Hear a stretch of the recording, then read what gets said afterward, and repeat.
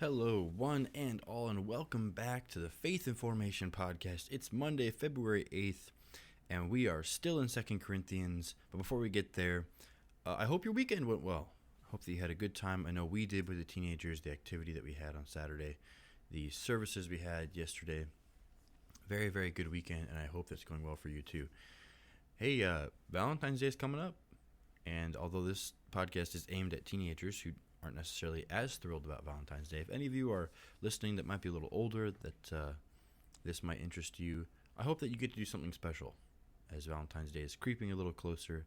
I know that my wife and I are going to make plans to do something special for that weekend, and I hope that you can as well, and that you'll enjoy your Valentine's Day that's coming up.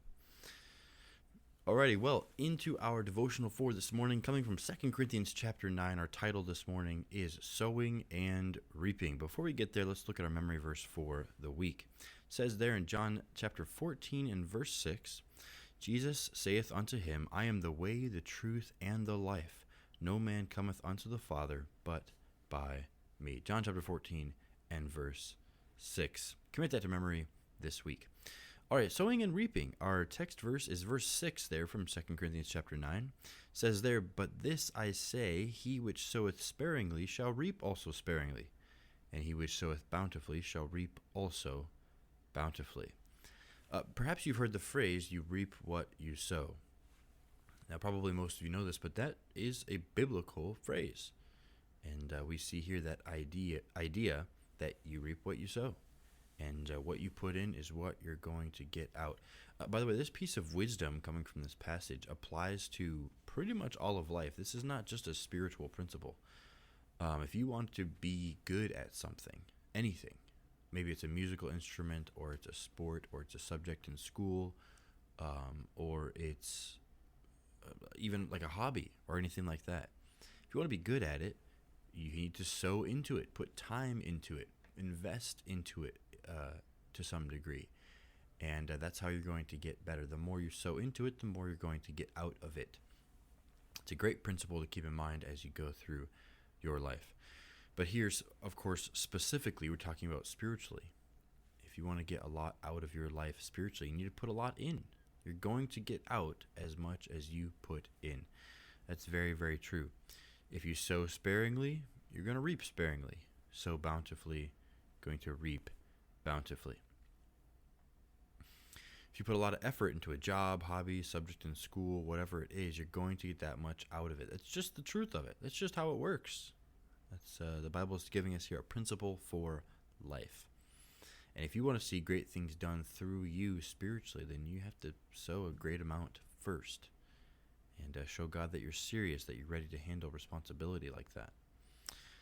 I fear that most young people are sowing a seed here, they're sowing a little seed there, and they're not sowing bountifully.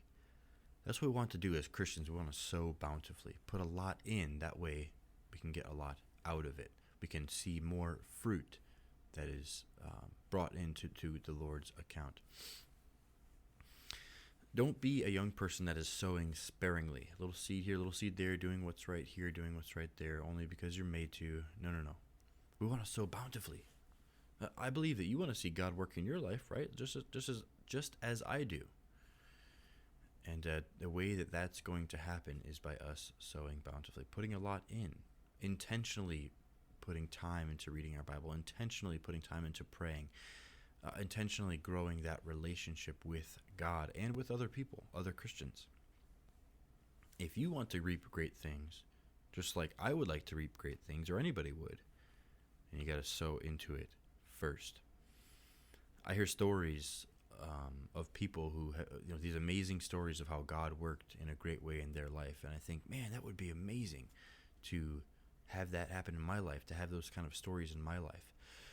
But usually what's not part of that story is how much work has been put into it, how much preparation they did before that event happened, how much time they had to spend sowing before they could see that great thing happen in their life. We don't generally like that part. We don't like that process of getting to the point where God can work. We don't generally like all that time, that consistency that we have to put in. But if we want to see God work mightily in our lives, we have to sow into that. We have to give him time and invest in that. So, really the question this morning is, do you want to see God work mightily in your life? Do you want to have stories of God working a miracle through you? Well, then you got to put the time and the effort in now. And by the way, this goes the same for me. It goes the same for anybody. If we want to see that happen, we have to sow bountifully. The challenge this morning is sow bountifully. Put forth the time, the investment needed to see God work mightily in your life. All right, well, I hope that devotional was a blessing to you. It definitely was to me, reading through this passage and finding that verse and thinking about the way that I want God to work through me. Well, as you go to prayer this morning, we want to spend a little extra time praying for the lost today.